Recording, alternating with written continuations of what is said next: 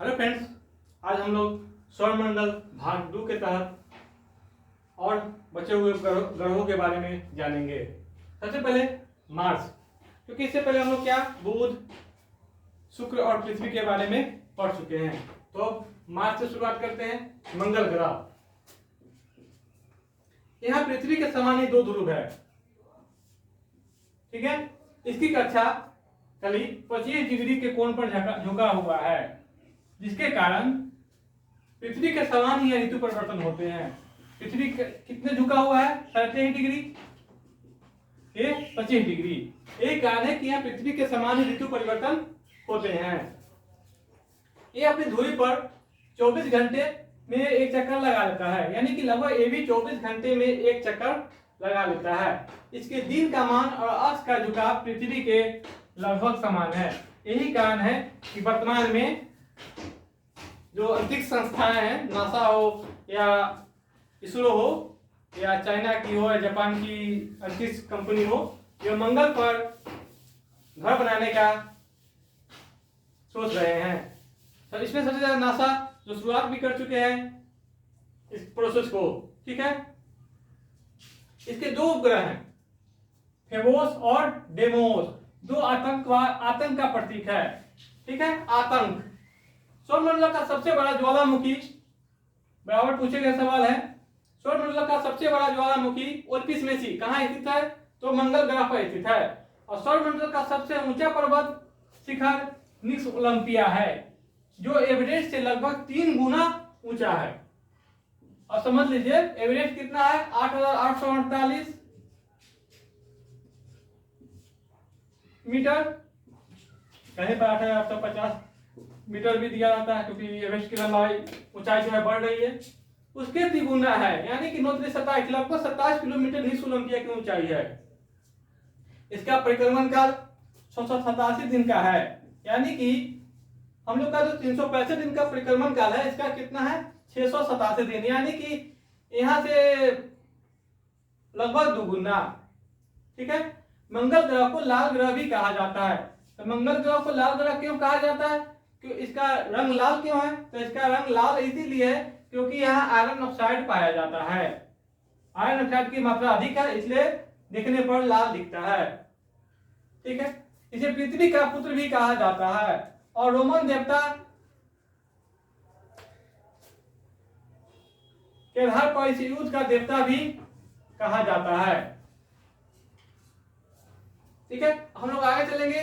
बृहस्पति यानी कि जुपिटर ग्रह, यह सौरमंडल का सबसे बड़ा और सबसे भारी ग्रह है। सबसे बड़ा और सबसे भारी। बृहस्पति पृथ्वी से लगभग 11 गुना भारी है। नोट करेंगे, 11 गुना भारी है। इसका घूर्णन काल 10 घंटे का है, जो सबसे कम है, यानी कि 10 घंटे में ही दिन और रात हो जाते हैं। जो हमारे पृथ्वी पर 24 घंटे में होते हैं, वो यहाँ 10 घंटे में ही हो जाते हैं। यहाँ उपग्रहों की संख्या 79 है, यानी कि 79 है, जो उपग्रहों की संख्या के आधार पर इसका दूसरा स्थान है। कुछ ही दिन पहले इसका स्थान प्रथम था, लेकिन नए रिसर्च के आधार पर शनि के उपग्रहों की संख्या में 20 की बढ़ोतरी हो गई है, जिसके आधार पर बृहस्पति द्वितीय स्थान पर चला गया है तथा शनि पहला स्थान पर चला गया है। गयानीमिड इसका सबसे बड़ा उपग्रह है, और यह जहां तक सौरमंडल का भी सबसे बड़ा उपग्रह गयानीमिड ही है। इसे देवता का गुरु भी कहा जाता है, क्योंकि इसके चारों ओर उपग्रहों की संख्या अधिक है और यह सबसे बड़ा ग्रह भी है, इसीलिए इसे छोटा सौरमंडल भी कहा जाता है। इसका परिक्रमण काल 12 वर्ष का है, यानी कि 12 वर्ष का वहां 1 साल होता है। 12 वर्ष का 1 साल। यह सूर्य के परिक्रमण करने में, सूर्य के चारों ओर चक्कर लगाने में इसे 12 वर्ष का समय लगता है। यानी सोच लीजिए हमारे यहाँ जो बर्थडे 365 दिन पर आता है, यहाँ 12 वर्ष पर आता है, यानी कि 12 गुना। अच्छा होता केक के बिजनेस वाला यही पे चले जाते, डूब जाता। शनि, सैटर्न, इसे लाल दानव भी कहा जाता है। लाल दानव भी कहा जाता है। यह 10 वलयों से घिरा हुआ है, मतलब कि मान लीजिए शनि है, इसके चारों ओर चक्कर लगाता है 10 वलय, ठीक है। तो गैस का पुंज है, गैस का पुंज है, यह कृषि देवता का प्रतीक है। इसका घूर्णन काल भी 10 घंटे से कुछ अधिक है, यानी कि 10.3 घंटे। क्योंकि यह चारों ओर वलय से घिरा हुआ है, प्लस में इसके उपग्रहों की संख्या बढ़कर कितनी हो गई है 82। उपग्रहों की संख्या इसकी सबसे अधिक है, सबसे अधिक। इसी कारण है कि और यह वलय से भी घिरा हुआ है और आकार में इसका दूसरा स्थान भी है, इसीलिए इस दूर से देखने पर लगता है कि यह आकाश गंगा है, इसीलिए आकाश गंगा के समान भी इसे माना जाता है। शनि का सबसे बड़ा उपग्रह टाइटन है, शनि का सबसे बड़ा उपग्रह टाइटन है, जो आकार में बुध के बराबर है, जो आकार में बुध के बराबर है। सबसे कम घनत्व का ग्रह है।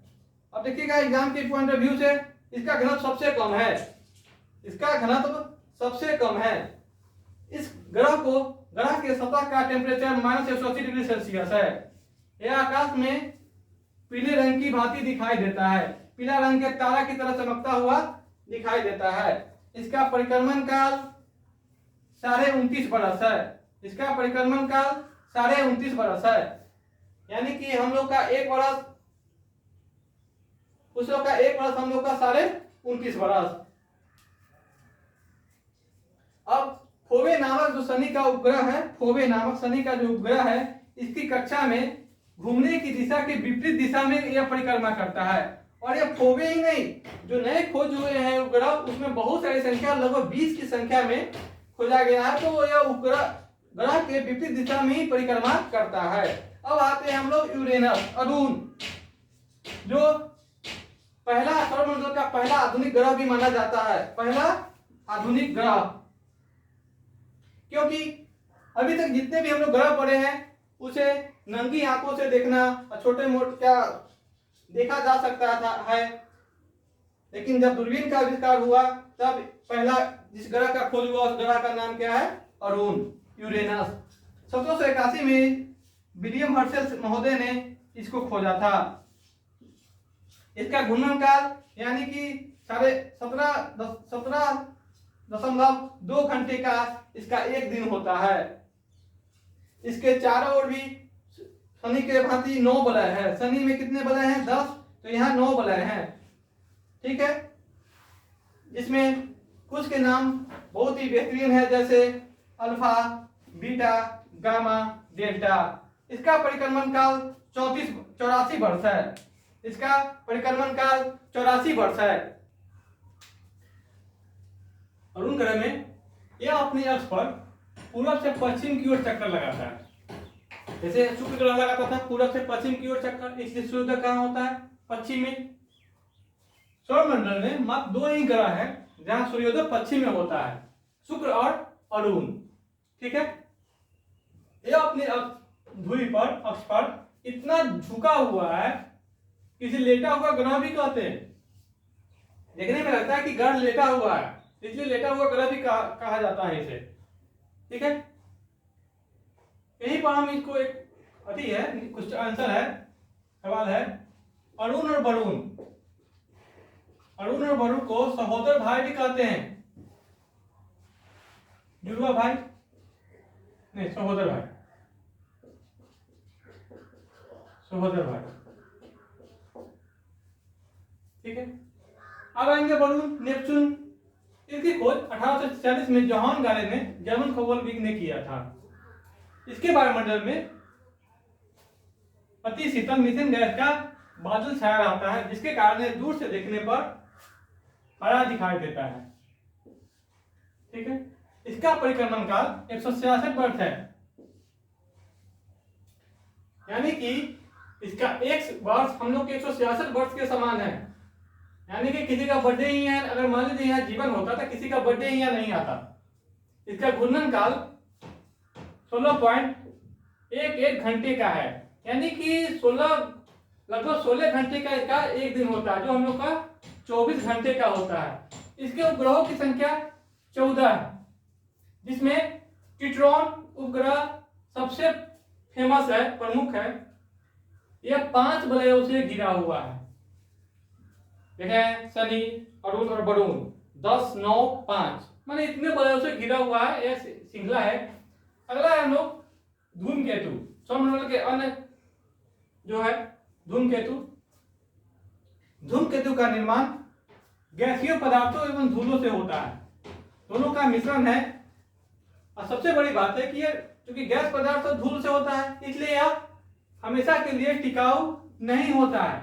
लेकिन क्योंकि परिक्रमा का समय इसका जो होता है, धूमकेतु का लौटने का समय निश्चित होता है, यानी कि इसके ये भी सूर्य के चारों ओर परिक्रमा करेगा, यह निश्चित है।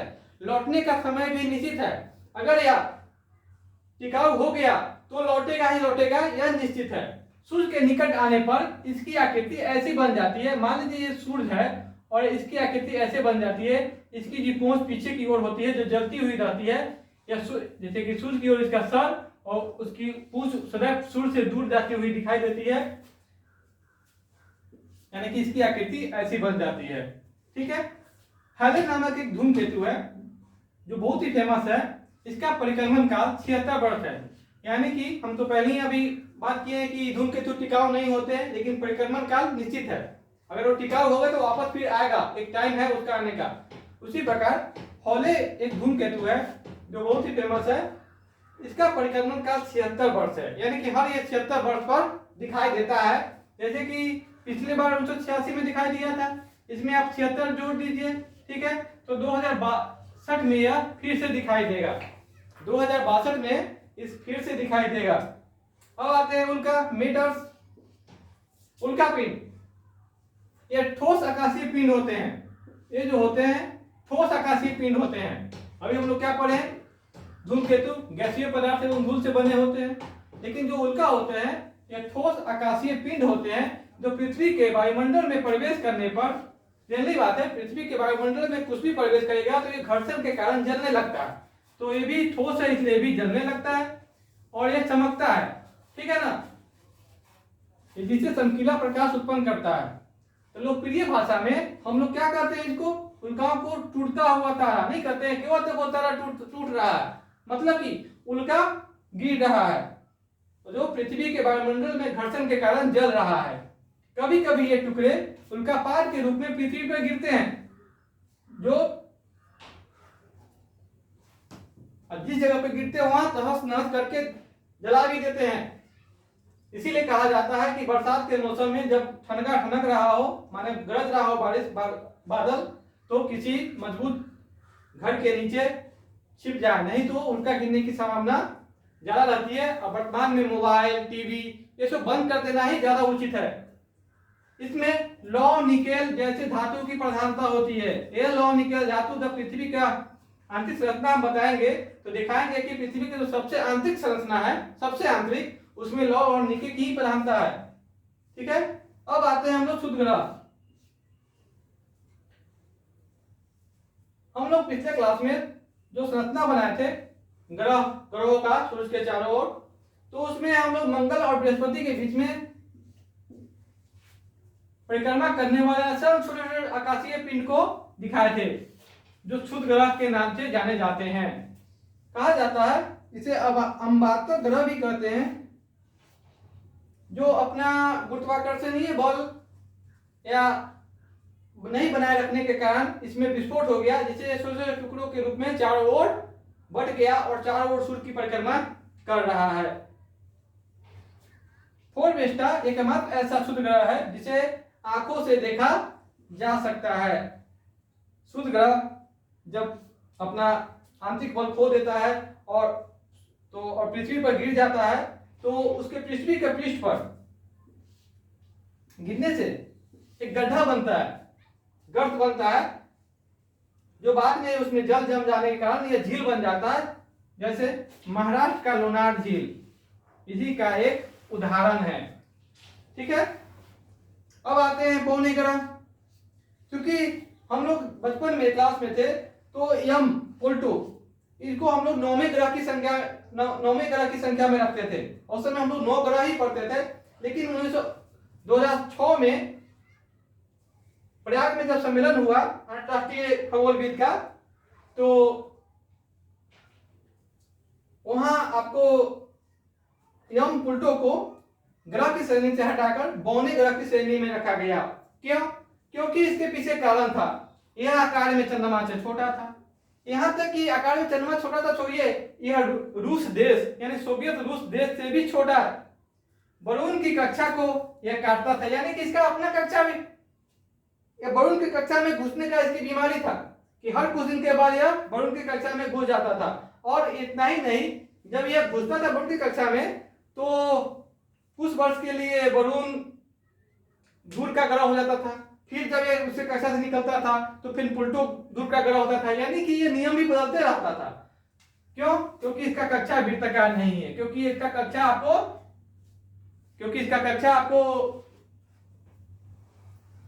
वरुण के कक्षा को काटता है। ठीक है,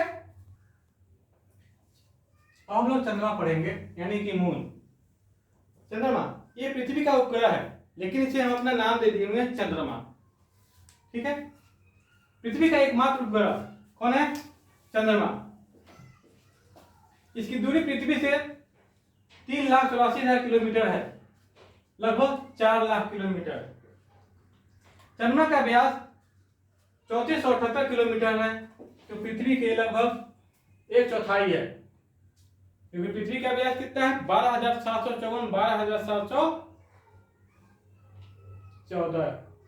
तो उस हिसाब से कितना हुआ? 1/4। चंद्रमा पृथ्वी का परिक्रमा 27 दिन 8 घंटे में पूरी करता है, यानी कि उसका परिक्रमण काल और घूर्णन काल दोनों सेम है। ठीक है ना, इसका परिक्रमण काल और घूर्णन काल दोनों सेम है। यही कारण है कि हम चंद्रमा का मात्र एक भाग ही देख पाते हैं। चंद्रमा का मात्र एक भाग ही देख पाते हैं। अंतरिक्ष यात्री चंद्रमा पर सबसे पहले कौन गया था? Neil Armstrong. तो अंतरिक्ष यात्रियों द्वारा चंद्रमा से लाए गए चट्टानों के अध्ययन से पता चलता है कि चंद्रमा भी उतना ही पुराना है जितना पृथ्वी, यानी कि 460 करोड़ वर्ष। यानी कि कहा जाता है कि बहुत लाखों वर्ष पहले, करोड़ों वर्ष पहले चंद्रमा का निर्माण पृथ्वी के एक भाग के टूटने से नहीं हुआ, और जो वो भाग टूट गया पृथ्वी का परिक्रमा करने लगा। तो कहा जाता है कि वो जो जहां से टूटा उसका जो हिस्सा है वो उसका गर्त प्रशांत महासागर में है, जो आपको चैलेंजर गर्त के नाम से जाना जाता है। इसीलिए चंद्रमा को पृथ्वी का जीवाश्म ग्रह भी कहा जाता है। यहाँ पर है जीवाश्म ग्रह किस लिए कहते हैं? क्योंकि पृथ्वी से ही टूटकर बना है, अलग हुआ है। चंद्रमा का उच्चतम पर्वत लिग्निट्स है, जिसकी ऊंचाई 10,668 मीटर है, और ये सबसे अति सोचने वाली बात है कि दक्षिणी ध्रुव पर स्थित है। चंद्रमा की सतह और उसके आंतरिक भाग का अध्ययन करने वाले विज्ञान को सेलोनोलॉजी कहते हैं। सेलोनोलॉजी कहते हैं। ठीक है, चंद्रमा के धूल के मैदान को शांति सागर कहते हैं। चंद्रमा के धूल के मैदान को शांति सागर कहते हैं। यह चंद्रमा का पिछला भाग है, जिस पर कभी सूरज का रोशनी पड़ा ही नहीं।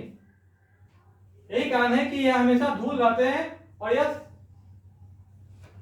इसे शांति सागर भी कहा जाता है। चंद्रमा का लगभग हम लोग 57% भाग, यानी कि आधा ही देख सकते हैं, और आधा नहीं देख पाते, क्योंकि उसका घूर्णन काल और परिक्रमण काल क्या है? सेम है। चंद्रमा के प्रकाश को पृथ्वी तक पहुंचने में 1.3 सेकेंड समय लगता है। आपको तो पता ही होगा चंद्रमा का अपना प्रकाश नहीं है। चंद्रमा किसके प्रकाश से चमकता है? सूर्य के प्रकाश से चमकता है। चंद्रमा को जीवाश्म ग्रह भी कहते हैं। चंद्रमा की चट्टानों में टाइटेनियम की अत्यधिक मात्रा पाई गई है। टाइटेनियम धातु है, इसकी अत्यधिक मात्रा चंद्रमा की चट्टानों में पाई गई है। ज्वार भाटा, जो हम लोग का एक चैप्टर ही होगा ज्वार भाटा, वो ज्वार उठने में सूर्य और चंद्रमा का अनुपात 11.5 है। लेकिन क्योंकि सूर्य हमारे यहाँ से 15 करोड़ किलोमीटर दूर है और चंद्रमा मात्र 4 लाख किलोमीटर, इसी कारण है कि प्रभाव ज्यादा चंद्रमा का ही पड़ता है। लेकिन अगर बल के हिसाब से देखा सूर्य का ही बल ज्यादा लगता है। चंद्रमा पृथ्वी के अक्ष के समानांतर है, और यह कोण बनाता है 58.48 डिग्री का। चंद्रमा का गुरुत्वाकर्षण बल पृथ्वी के 1/6 है और द्रव्यमान लगभग समान है। यानी कि जो वस्तु यहाँ से वहां ले जाएंगे उसका द्रव्यमान तो सेम ही रहेगा, ओजन 1/6 कम जाएगा। यानी कि 6 किलो का वस्तु ले जाएंगे वहां तो वहां 1 किलो का वस्तु हो जाएगा। द्रव्यमान तो सेम ही रहेगा। न्यूटन के लॉ के हिसाब से द्रव्यमान नहीं बदलता है, सिर्फ ओजन बदलेगा। पृथ्वी का चक्कर लगाते समय चंद्रमा की गति लगभग 3683 किलोमीटर प्रति घंटे की स्पीड होती है। इस प्रकार हम लोगों ने क्या पढ़ा, चंद्रमा और भी जो भी ज्योग्राफी के होंगे धीरे धीरे आपको बताया जाएगा।